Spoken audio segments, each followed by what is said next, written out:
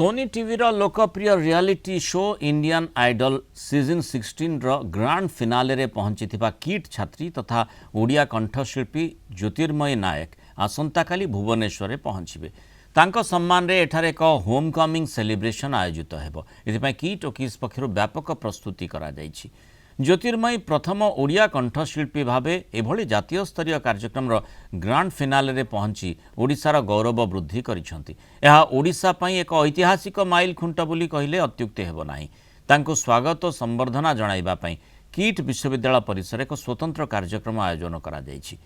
एही अवसर से किट और किस कैंपस परिदर्शन करिवे। इंडियन आइडल ग्रांड फिनाले पई योग्यता अर्जन करिथिबा से प्रथम ओडिया प्रतियोगी ज्योतिर्मयी ग्रांड फिनाले रे पहुंचीबा परे किट और किस प्रतिष्ठाता डॉक्टर अच्युत सामंत तांकू अभिनंदन जणाइथिले। एहास किट और किस समस्त कर्मचारी एवं छात्र छात्री मध्य तांकू शुभेच्छा जणाइथिले।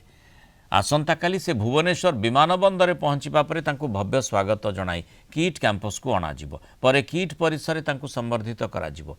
एहाकु नै किट्र छात्र छात्री और कर्मचारी मध्य बेस उत्साह देखा देइछि। केवल ज्योतिर्मयी नुहंती, भारतर अन्यतम ख्यातनामा प्लेबैक सिंगर विशाल मिश्र मध्य किट्र जड़े पुरातन छात्र। किट्रु शिक्षा समाप्त करी से भारतीय संगीत जगत रे निजर एक स्वतंत्र स्थान सृष्टि करि पारिछंती।